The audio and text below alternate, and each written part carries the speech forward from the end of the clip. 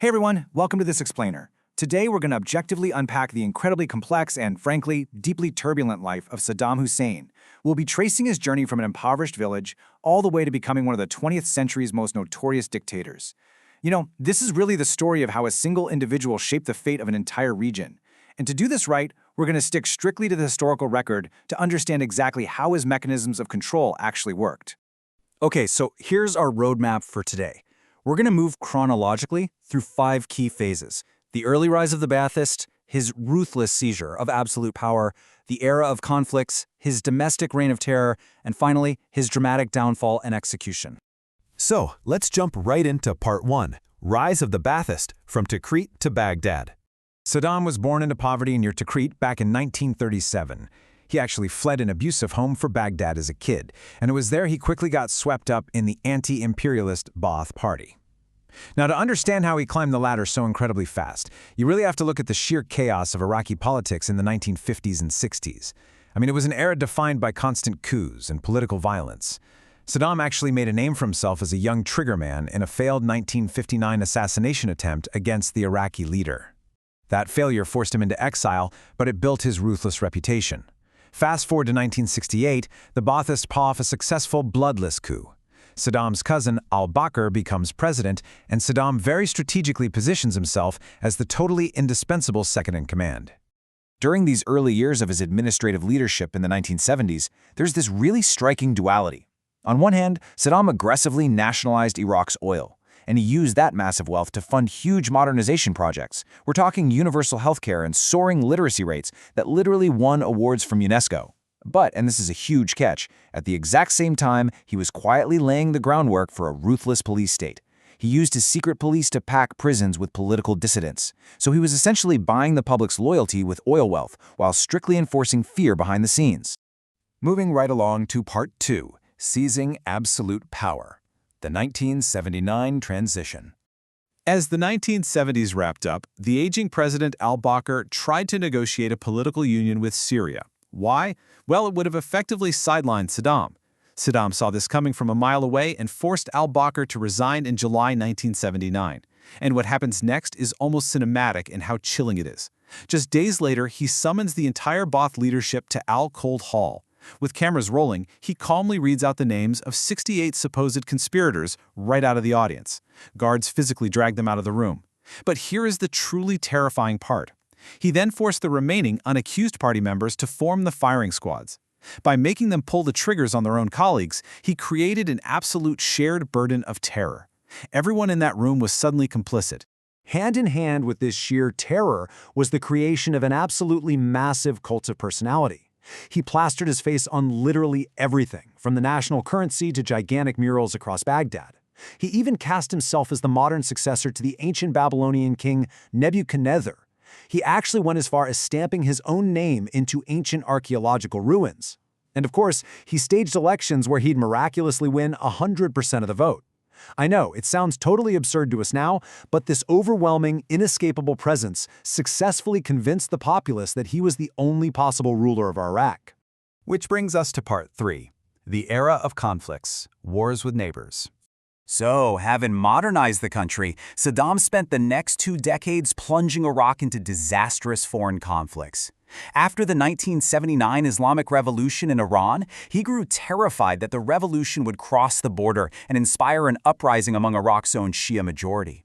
So, his solution? He invades Iran in 1980. This dragged on for 8 brutal years and ended in a total stalemate.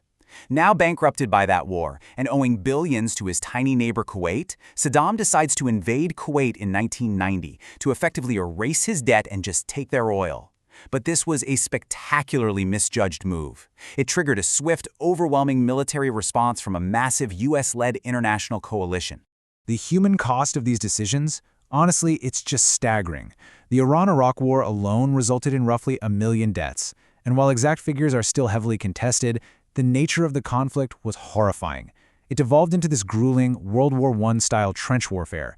It was marked by Iran's tragic deployment of child soldiers and Saddam's internationally condemned use of chemical weapons, like mustard gas and sarin, directly against Iranian troops. And his vindictiveness didn't stop at human casualties. It extended to the environment itself. In 1991, as American and British coalition forces were routing the Iraqi army during Operation Desert Storm, Saddam gave a truly spiteful order. He told his retreating troops to torch Kuwait's oil fields.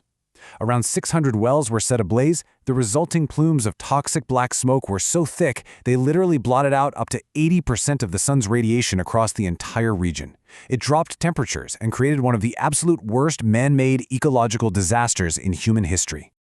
Let's move into Part 4, the Reign of Terror, Domestic Atrocities. Following his humiliating defeat in Kuwait, Iraq was hit with crippling international sanctions. But instead of easing his grip, Saddam turned his massive military apparatus entirely inward. Actually, even before the Gulf War, right under the smokescreen of the Iran-Iraq conflict, he directed what was called the al-Anfal campaign. This was a genocidal counterinsurgency against Iraq's Kurdish minority in the north. The operation systematically erased whole villages and killed over 100,000 civilians. The most infamous event? The chemical bombardment of the town of al-Awja, where 5,000 men, women, and children were suffocated to death by nerve gas in a matter of minutes. It's truly horrific to even think about. To maintain this iron grip, he relied on systematic tools of repression that operated with complete legal impunity. You had the Mukhabarat, the secret police, and the Fedayeen paramilitary groups monitoring literally every level of society. The punishments were straight out of the Middle Ages. Records from the Hoover archives detail how military deserters routinely had their ears amputated, while political prisoners faced public beheadings. And the worst part? If you opposed the regime, it wasn't just you who suffered. Your entire family would be subjected to collective punishment and torture. He made sure the cost of rebellion was impossibly high. In this brand of sadism, it was very much a family affair. Saddam's sons, Uday and Qusay, operated with terrifying autonomy. Qusay commanded the elite Republican Guard and ruthlessly crushed Shiite uprisings down in the south.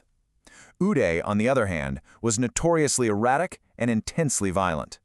He'd prowl Baghdad's streets, engaging in horrific violence against civilians.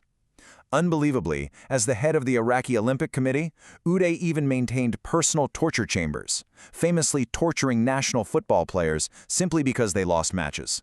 Just absolute psychopaths. Now we enter our final act, Part 5, Downfall and Execution, the 2003 Invasion and Aftermath. In the tense aftermath of 9/11, the US and Britain launched a highly controversial invasion in 2003.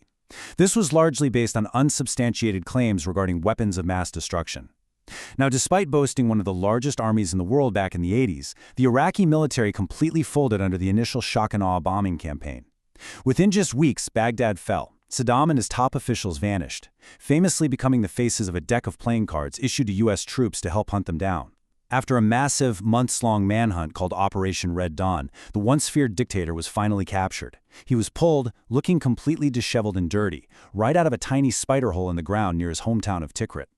He was subsequently handed over to the Iraqi Special Tribunal.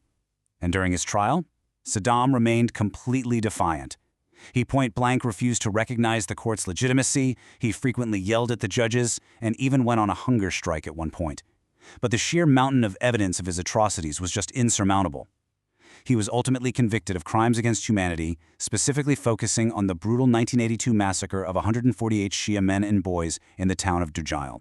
The timeline of his very end is fascinating, especially in its bizarre, mundane details.